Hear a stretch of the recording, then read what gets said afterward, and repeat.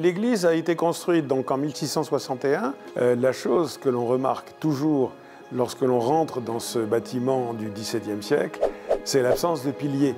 Or, à l'époque, c'était considéré comme presque impossible pour un bâtiment de cette taille.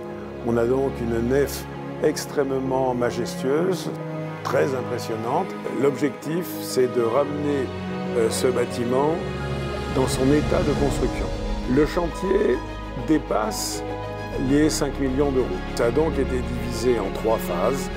Il y a une première phase qui est en cours d'achèvement, on peut dire, qui a consisté à redonner son équilibre d'origine au bâtiment, qui avait glissé d'à peu près 40 cm du côté est, du côté vallée. La seconde des phases sera un travail très considérable sur les contreforts, l'intérieur, le jointoiement. La plupart des joints avaient été refaits au ciment, ce qui a imperméabilisé les murs qui ne respirent plus.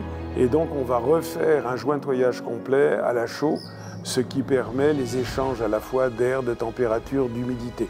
Et enfin la troisième phase, ça sera les finitions. Et comme toujours, les finitions, c'est les choses les plus compliquées et les plus longues. C'est beaucoup d'ébénisterie, c'est beaucoup de décoration, c'est beaucoup de restauration fine.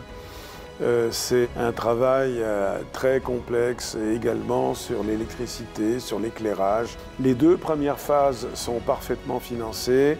La troisième phase a un financement qui reste à construire. L'État a de très très loin la plus grosse part dans le financement. Une chose très importante, parce qu'il ne faut pas l'oublier, ça a été le rôle très déterminant de la région et un rôle plus modeste bien sûr, mais très important parce que tout déclenche tout, un rôle du département. Tout ça est complété ou sera complété par du mécénat privé.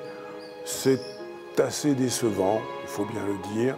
Et donc il faudra relancer, notamment pour la troisième phase, les choses de façon beaucoup plus ardente.